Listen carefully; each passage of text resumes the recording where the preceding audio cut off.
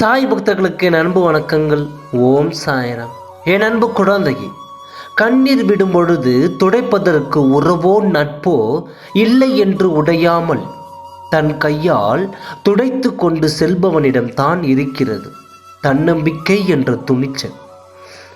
1000 கஷ்டங்களை உன் மனதிற்குள் ஒளித்து வைத்து கொண்டு உன் உதடுகள் சிரிப்பது தான் ஊருக்கு தெரியும். ஆனால் உன் உள்ளம் அழுவது எனக்கு மட்டும்தான் தெரியும். வாழ்வில் கஷ்டப்படுகிறாய் என்று வருத்தப்படாதே.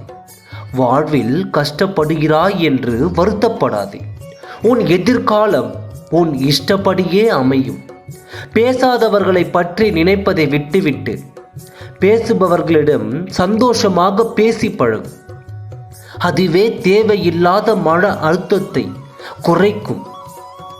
மாற்றத்தை தேடாதே, அதை நீயே உருவாக்கு. உன் எண்ணங்கள் என்னும் மந்திர சாவியை சரியாக பயன்படுத்தினால் திறக்காத கதவுகளும் திறக்கும். உன்னை தாங்கி பிடிக்கவும் தூக்கி பிடிக்கவும் நான் இருக்கும் பொழுது நீ எதை நினைத்தும் கலங்காதே. நம்பிக்கையோடு நீ உன் கடமைகளை செய். உனக்கான அந்த நாள் நிச்சயமாக உன்னை தேடி வரும். தீப்பந்தத்தை கீழ் நோக்கி பிடித்தாலும் அதன் நெருப்பு மேல் நோக்கி எரிந்து கொண்டு இருப்பதைப் போல உயர்ந்த குணத்தை கொண்ட என் பிள்ளை யாரேனும் கீழ்ப்படுத்த முயன்றாலும் அது முடியாது. எது நடந்தாலும் என் வாழ்வில் அவை அனைத்திற்கும் நானே பொறுப்பு என்று உணர்வு பூர்வமாக உணர்ந்தாயானால் உன் வாழ்க்கை முழுவதும் அன்பும் மகிழ்ச்சியும் நிறைந்திருக்கும்.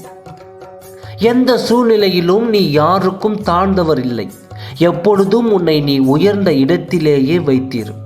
குறிக்கோள் இல்லாத வாழ்க்கை முள் இல்லாத கடிகாரம் போன்றது. அது நின்றாலும் பயனில்லை, ஓடினாலும் பயனில்லை. தடைகளை தட்டி கழிப்பதை விட தகர்த்து விடுவது தான் புத்திசாலித்தனம்.